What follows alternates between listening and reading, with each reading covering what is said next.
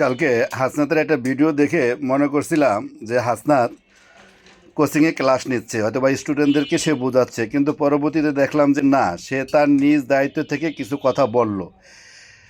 বিদেশ থেকে খেজুর আসে, সেই খেজুরটা প্রত্যেকটা এলাকায় মানে প্রত্যেকটা থানায় যায়, এবং সেই থানা থেকে কিভাবে খেজুর ডিস্ট্রিবিউটর করতে হয়, কে কে পায়, সেটা সে অঙ্ক করে বুঝিয়ে দিয়েছে। যেটা আমাদের দেবিদ্বার থেকে সেটা আমরা শিখলাম, যেহেতু হাসনাত আমাদের দেবিদ্বারের একজন সংসদ সদস্য প্রার্থী। হ্যাঁ, অতএব আমরা যে একজন ভালো লোক পাইছি দেবিদ্বারে, সেটা কোনো প্রশ্ন রাখে না, যেটা এখন বর্তমানে ভাইরাল।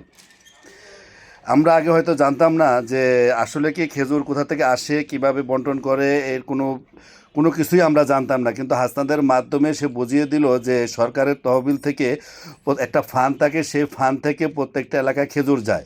হ্যাঁ, সেটা রোজার উপলক্ষে, এবং সে সেটা বিভিন্নভাবে অঙ্ক করে কষে বুঝিয়ে দিয়েছে যে কোন এলাকায় কোন ইউনিয়নে কতটুকু খেজুর পাবে।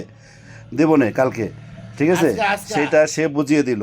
এবং আমরা যে একজন ভালো লোক পাইছি, কে কি বলক বা কে কি বলক বা কি হোক না হোক, বা তার কতটুকু দোষ ত্রুটি থাকুক, সে আমরা জানি না, কিন্তু আমরা যতটুকু দেখতেছি আমাদের দেবিদ্বারে যতটুকু উন্নত হচ্ছে, এবং যেহেতু দেবিদ্বারে যতটুকু কাজকর্ম হচ্ছে, আমার মনে হয় না অন্য কোনো এলাকায় এমন হচ্ছে। অতএব এই হাসনাদের যেভাবে ডিস্ট্রিবিউটর করে বা যেভাবে শিক্ষণীয়ভাবে সে বুঝিয়ে দিয়েছে, সেটা অন্যান্য এমপিদের মধ্যেও সেই অনুশোচনাটা আসবে, এবং তারাও একজনের ভালো কাজ দেখে আরেকজনের অনুপ্রাণিত হবে। এটাই আমার আশা, এবং আশা রাখি সামনের দিনগুলি প্রত্যেকটা এমপি মন্ত্রী এইভাবে প্রত্যেকটা জিনিস পদক্ষেপের মাধ্যমে বুঝিয়ে দিবে।